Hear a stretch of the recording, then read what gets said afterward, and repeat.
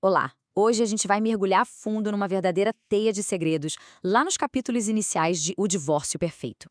Sabe, é uma daquelas histórias que já começam com tudo, um assassinato brutal, sabe? E daí pra frente a coisa só se complica, com personagens super complexos, motivos que ficam escondidos, enfim, vamos nessa. Olha só o nosso roteiro de hoje. A gente começa com um assassinato que dá o pontapé inicial em tudo.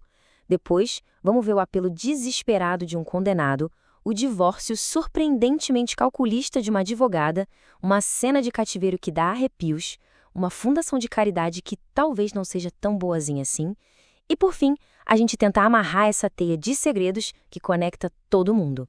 Então, tudo começa aqui, com um crime que é basicamente a âncora de toda a narrativa. Um assassinato tão violento, mas tão violento, que mesmo 8 anos depois, o caso ainda levanta muito mais perguntas do que respostas. E essa foi a manchete que chocou todo mundo. A brutalidade desse crime já é a primeira pista de que essa história não tem nada de comum. O impacto dessa notícia, logo de cara, já estabelece o tom de perigo que vai permear a trama inteira. Agora, a gente dá um salto de 8 anos no tempo. A história nos leva direto para dentro de uma prisão, onde o homem que foi condenado por esse crime, bom, ele finalmente resolve quebrar o silêncio. E ele tá no corredor da morte.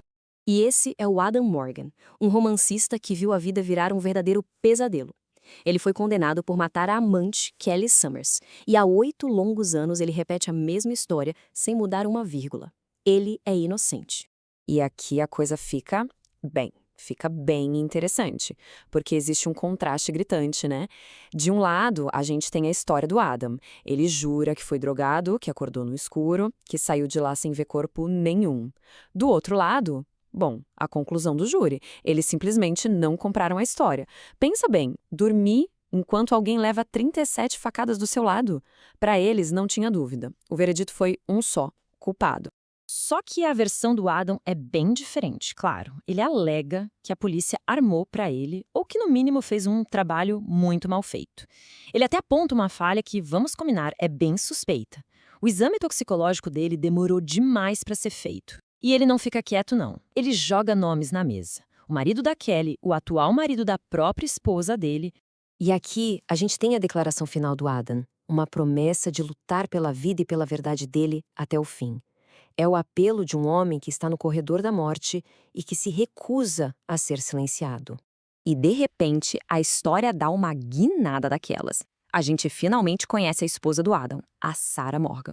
Mas, olha, não é nem de perto do jeito que se poderia imaginar. Pois é, em vez de encontrá-la apoiando o marido na prisão, a gente encontra a Sarah numa sala de reunião, fria, corporativa, negociando um divórcio. E um detalhe crucial?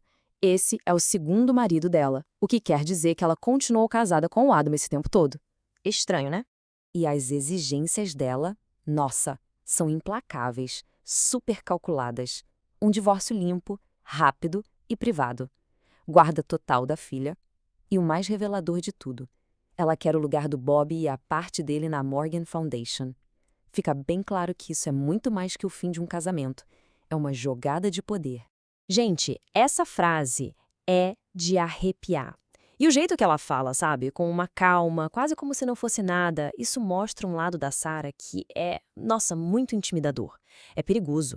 Isso não é só uma ameaça, não. Soa mais como uma promessa.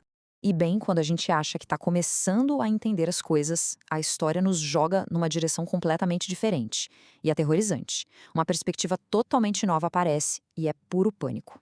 A narração nos transporta para uma escuridão total. A sensação é imediata. Claustrofobia, desorientação. Só que o silêncio é quebrado por um barulho bem específico e sinistro. O som de metal arrastando no concreto. E aí a terrível realidade da situação fica clara. Uma corrente fria é sentida no tornozelo. Aquilo não é só um quarto escuro, é uma prisão. E uma única palavra resume todo o horror que se instala nesse momento. Presa. Agora a história dá outro salto no tempo e a gente volta para Sarah Morgan. Só que dessa vez, a vemos sob uma luz completamente nova, como uma figura pública super importante. E pasmem, a Sarah agora é fundadora e CEO da Morgan Foundation, uma instituição de caridade que ajuda ex-presidiários a voltarem para a sociedade. Uma missão super nobre que contrasta, e muito, com a mulher que a gente viu na sala de reuniões.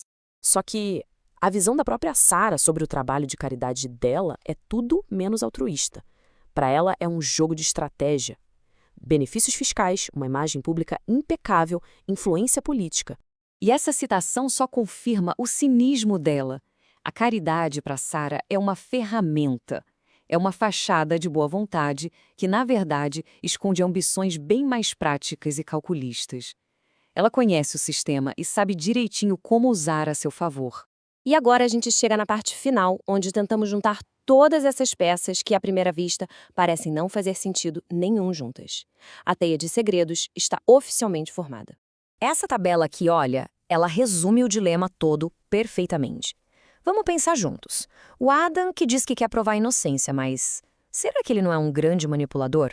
A Sarah, buscando esse divórcio perfeito, mas até onde ela iria para conseguir o que quer? E a pergunta que não quer calar: por que ela ainda está casada com Adam?